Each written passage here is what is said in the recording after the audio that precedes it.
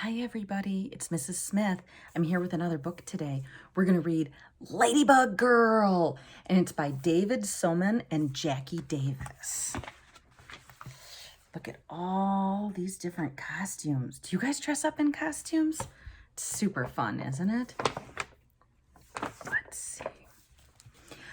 I'm Ladybug Girl, said Lulu, zipping into the kitchen. She slips into the chair next to her brother. Did you know that ladybugs eat bugs? Yes, he says. Everybody knows that.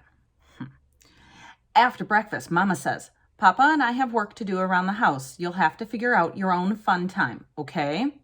How am I ever going to do that? Asks Lulu. You can do anything, Lulu. You're Ladybug Girl. Lulu runs after her brother. Where are you going? I'm playing baseball with Sam and Max. Can I play too? No, you're too little, he snorts. And bugs don't play baseball. With a sigh, Lulu wanders through the house. Bingo follows. There's nothing to do.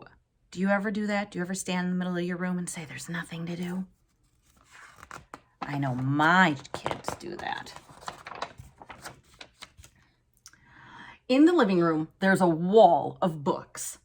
Lulu can't read yet, but she knows her letters. Sounds like a big fork hair. She finds a lot of L's, more than 59, she thinks.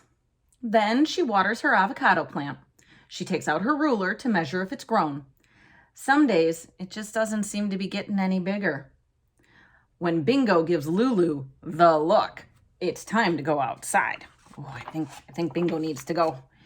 In the backyard, the grass smells sweet and is sparkly with dew. Bingo snuffles about. Lulu discovers a line of ants marching over a rock. You see that?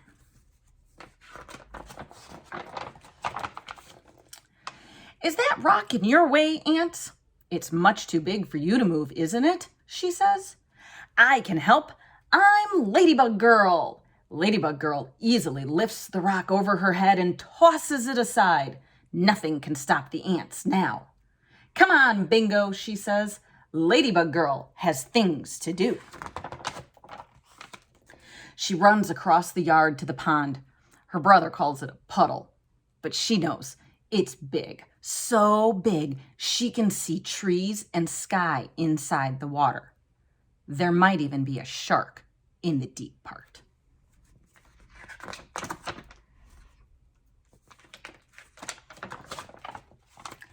Ladybug Girl jumps in anyway. She's so brave. Her next stop is the old crumbly stone wall. It definitely needs her help. She picks up the fallen rocks and puts them back on top. Now the wall is bigger and better than before. It's the perfect fort. Even the toppled over tree at the back of the yard can't stop her. Its roots look like angry snakes, but Ladybug Girl skips all the way down its trunk, not falling even once. She jumps down and lands with a bow.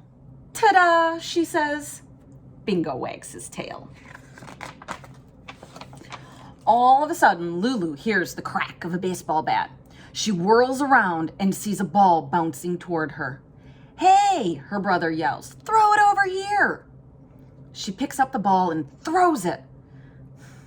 But somehow it lands near her feet. Please, can I play with you now? She asks as when her brother runs over. No, he says. I already told you, you're too little. He grabs the ball and runs back to his game. Lulu glares after him. I think she feels a little left out. It's hard to be little sometimes. Lulu lies down, feeling the warm sun on her cheeks. She knows she isn't too little. She thinks of the 59 L's she found and how she saved the ants. She wasn't afraid of the shark at all. She built the perfect fort, and she balanced across the whole tree without falling, all by herself.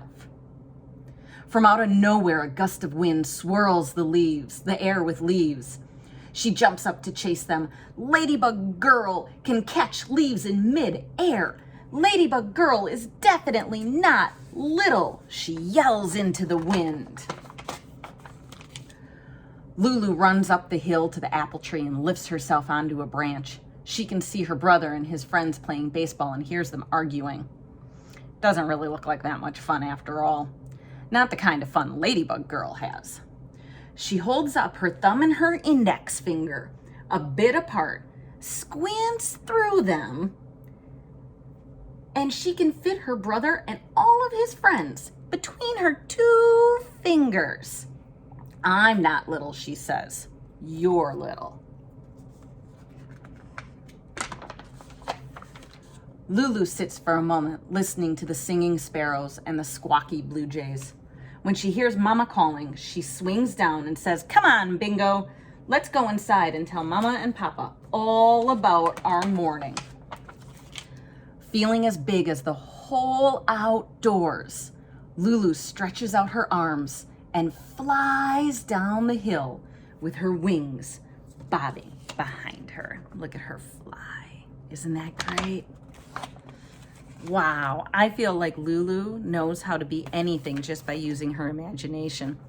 She knows she's not small if you have a big imagination, right?